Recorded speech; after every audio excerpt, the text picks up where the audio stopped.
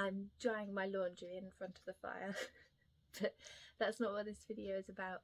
I just thought of a way of explaining the original contribution to knowledge that I defended at my Viva. So to pass the PhD, I had to have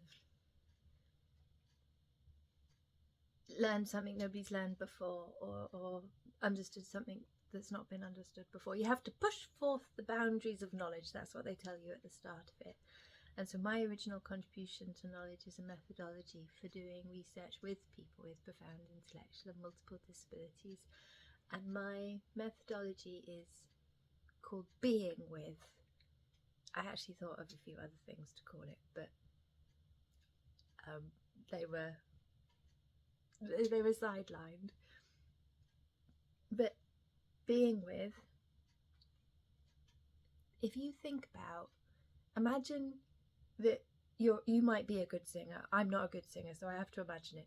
Imagine you're a good singer, or if you are a good singer, just imagine yourself and somebody is singing a note next to you, and you begin to sing, and you change your singing such that your note comes together with their note. So you bring your voice into that oneness with their note. In that moment where your singing joins together and you both sing the same note, you are two distinct people producing one sound. You're both in that note. And being with is the same as that, but instead of singing, it's the movement of your consciousness, the flow of your being. And so to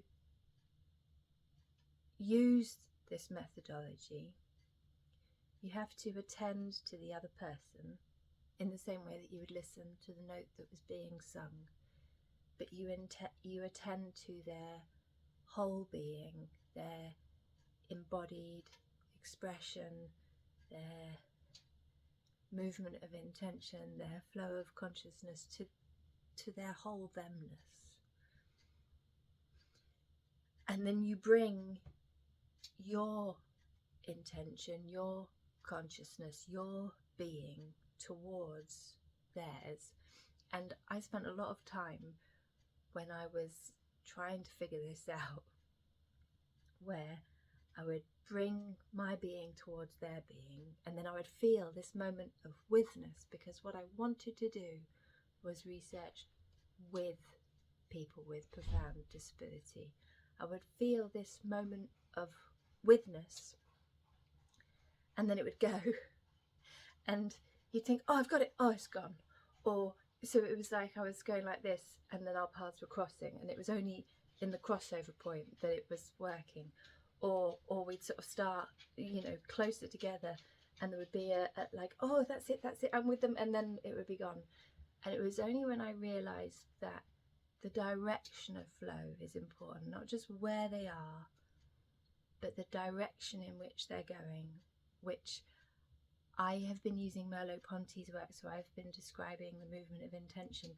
But if you imagine yourself as a movement of consciousness through time, and you consider yourself to have a flow and a direction, I think that's something apprehendable. I think you can go, oh yeah, I kind of am.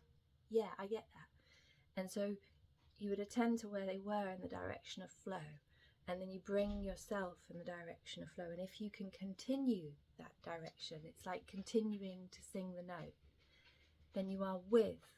And the experience of that withness is that you are two separate things in one experience of being. And so one of the findings from the identity aspect of the work was that you can experience shared embodied identity. And it was really interesting because that was something a lot of parents of people with profound and multiple learning disabilities, people with profound intellectual and multiple disabilities, also described feeling, that not knowing where the separation between people was.